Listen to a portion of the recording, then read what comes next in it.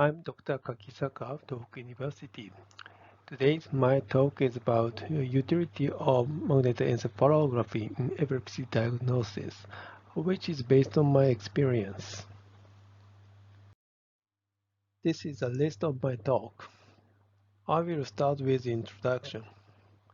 Next, I will talk about advantages of MEG, unique spike detection. MEG works in various states, interictal, ictal. MEG can also detect deep sources, in spite of general understanding that MEG cannot see it. Next, I will explain what we see in dipole. Finally, I will talk about the boon in MEG analysis, that is, don't judge MEG spikes without referring EEG. Don't analyze generalized spike with equivalent current dipole model. I want to start with what MEG and EEG can see. The both can see neural activity. EEG sees for electrical profile of extracellular current. MEG sees magnetic profile of intercellular current, which occurs according to the right-hand rule, as shown here.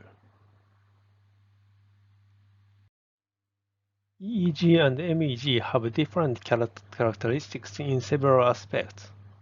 One aspect is sensitive current direction.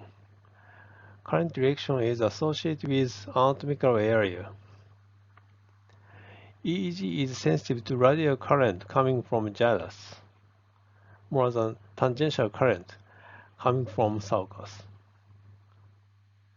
In contrast, MEG is only sensitive to tangential current coming from sulcus, because tangential current only creates magnetic field which is recordable with outside sensor. Another aspect is the degree of easiness of source estimation. Source estimation in EEG will be complicated because EEG receives the effect of inhomogeneous conductivity. In contrast, source estimation in MEG is easy because MEG doesn't receive the effect. MEG and EEG have a tight relationship, as MEG is recorded with EEG simultaneously. The both modalities are complementary. It is because EEG is mainly sensitive for gyrus, and MEG is for sulcus. Additionally, there is another issue. Issue of MEG activities interpretation exists. What is the interpretation issue of MEG activities? International Federation of Clinical Neurophysiology, IFCN, has defined clinical significance of waveform in EEG, but not in MEG. It means that no official criteria exists for MEG waveform interpretation. This table represents how MEG analyzer interprets MEG waveform. In summary, simultaneously recorded EEG waveform is kind of gold standard. In case EEG shows spike morphology in an activity, the activity is regarded as epileptic regardless of MEG waveform. In case MEG shows spike-like morphology in an activity, because of recent accumulation of MEG research, it may be appropriate that a way of EEG interpretation can also be applied in MEG, basically. From here, I introduce advantage of MEG, that is unique spike detection, which can appear in various scenes, not only interictal, ictal, and both. First, I will introduce cases where MEG found unique spikes in interictal conditions. The cases have porencephalic cyst or encephalomalacia due to birth asphyxia, as shown here. All cases had not only EEG MEG spikes, circled with solid line, but also MEG unique spikes, circled with broken line. This study clarifies that MEG could contribute to clarification of spikes, which will contribute better patient management, especially in intractable cases considered intracranial electrode implantation. Second, I want to show a case where MEG found unique activities in ictal condition. This is 19-year-old male patient with frontal lobe epilepsy, received simultaneous EEG-MEG evaluation. In the latter part of the recording, you can see clear spike wave complex both in EEG and MEG, shown as number 2 spike. Of note, in case you see early phase of the recording, you can see MEG unique rhythmic activities, shown as number 1 spike. The both group of spikes show similar contact pattern and the spike source were estimated on a similar area, right frontal lobe. It means that both groups of spikes came from the same area, but for some reason, one was shown in both of EEG and MEG, and the other was uniquely shown in MEG. In MRI, we can see blood cortical-subcortical junction, which implies presence of focal cortical dysplasia. This is confirmed with histopathological examination of the resected specimen. To find the reason, I analyzed magnetic magnitude of the two groups of spikes. I found that MEG unique group has smaller magnitude of spikes compared with EEG-MEG spike. The fact will indicate that MEG may detect more subtle spikes, which are overlooked by EEG. Similar to the previous case, this experience will also support that MEG helps to identify more spike populations.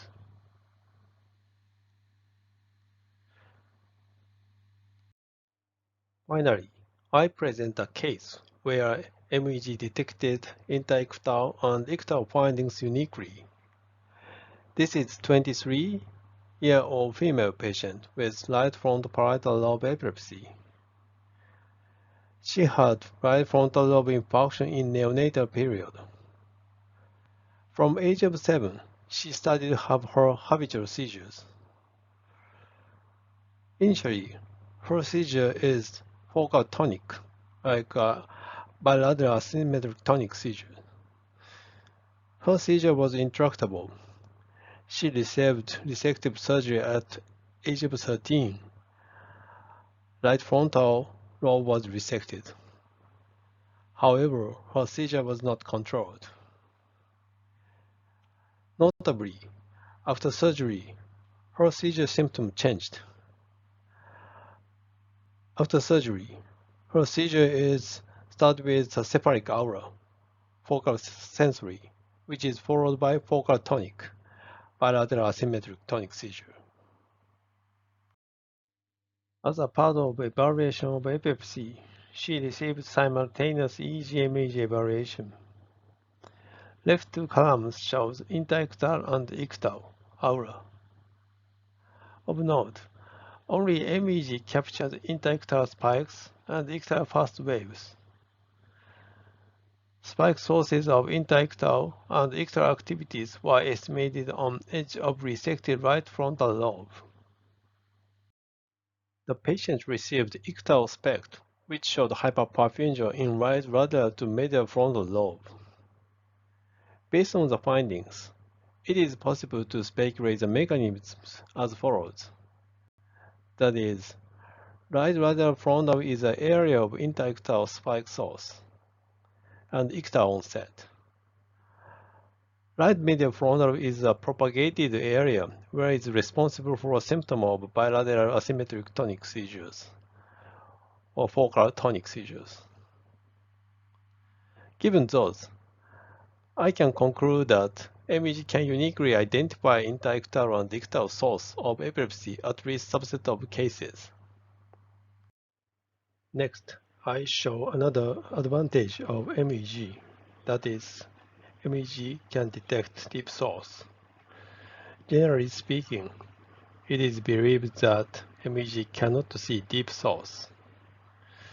To show MEG's potential for detecting deep source, in this case, I present a 13-year-old male with right insular epilepsy.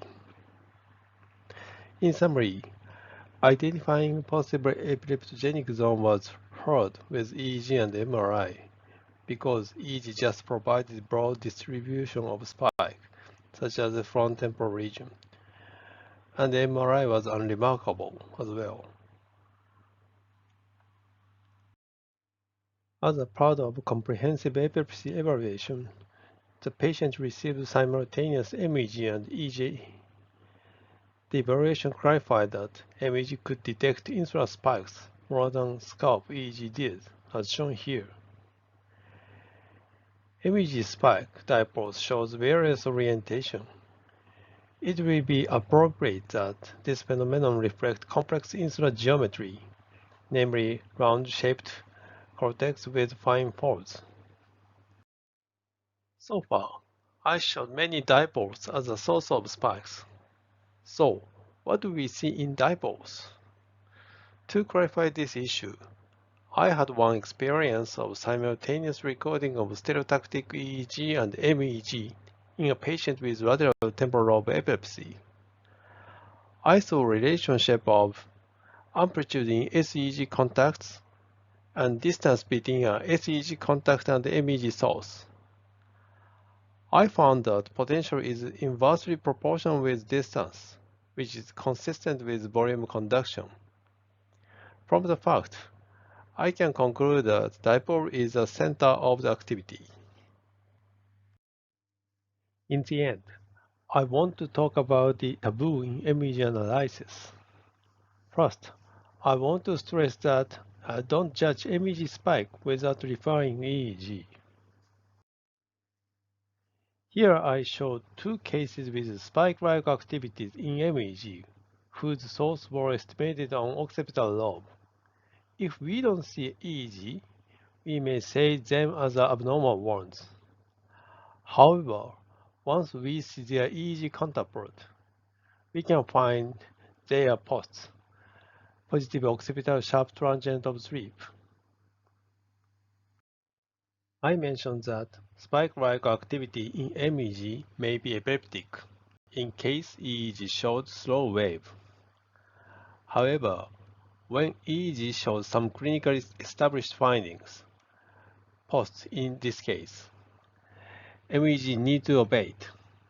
It means MEG findings should be regarded as posts. To avoid misinterpretation in MEG, we always need to see EEG.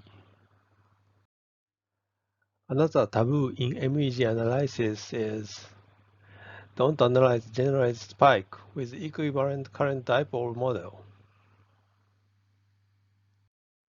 So, what is ECD model? That is a source modeling method. Estimate a single theoretical source from recorded a pair of influx and efflux of magnetic activity with right-hand rule, as shown here. This model should be indicated for focal activities, spikes, not for generalized activities. In case we conducted analysis in generalized spikes, still dipole is estimated. However, this is incorrect. This is the conclusion of my talk. I introduce potential utility of MEG in epilepsy care based on my experiences. Under condition of appropriate selection of patients and objects and activities, MEG will bring fruitful findings to us. Thank you for your attention.